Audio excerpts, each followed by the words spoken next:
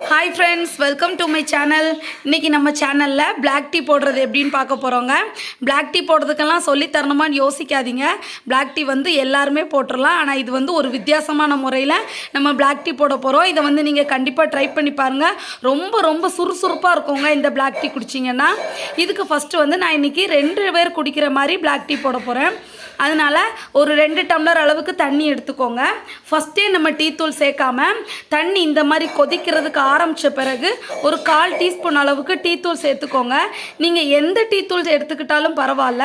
Tea தூள் போட்டதுக்கு அப்புறமா அடுப்பை நம்ம சிம்மிலே வச்சிடலாம். அதுக்கப்புறம் கொஞ்சமாக 1 இன்ச் அளவுக்கு இஞ்சி எடுத்துக்கோங்க.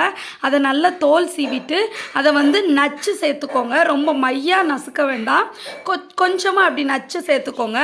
இதோட ஃப்ளேவர் இறங்கும்போது அந்த பிளாக் டீ ரொம்ப வாசனையாக இருக்கும். அதுக்கப்புறம் தேவையான அளவுக்கு இனிப்பு சேர்த்துக்கோங்க. இந்த மாதிரி செய்யும்போது நீங்கள் சீனியே யூஸ் பண்ணுங்கள், அது நல்லாயிருக்கும். ஆனால் இதுக்கு பதிலாக நீங்கள் நாட்டு சர்க்கரை கூட சேர்த்துக்கலாம், அதுவும் நல்லா தான் இருக்கும். இப்போ இது நல்லா கொதிச்சிருச்சு. இப்போ கொதிச்சதுக்கு அப்புறமா ஒரு நிமிஷம் கொதிக்க விட்டாலே போதுங்க. அப்புறமா நம்ம ஒரு டம்ளரில் ஃபில்ட்ரு பண்ணிக்கலாம். ஃபில்ட்ரு பண்ணதுக்கப்புறம் ஒரு பாதி அளவு லெமன் எடுத்துக்கோங்க. அதுலேருந்து ஒரு 3லேருந்து 4 சொட்டு சேர்த்தா போதுங்க, ரொம்ப வேண்டாம். அப்புறமா ஒரு புதினா இலை எடுத்துக்கோங்க, அதை சின்னதாக பிச்சு போட்டுக்கோங்க. அதுக்கப்புறமா லெமன் நம்ம அந்த தோலோடு சேர்த்து ஒரு சின்ன பீஸ் அளவுக்கு லெமனையும் கட் பண்ணி அதில் சேர்த்துக்கோங்க. சேர்த்து இதை நல்ல ஒரு ஸ்பூன் வச்சு கலக்கி விட்டுருங்க. அவ்வளோதாங்க, நம்ம வித்தியாசமான பிளாக் டீ ரெடி ஆயிடுச்சு.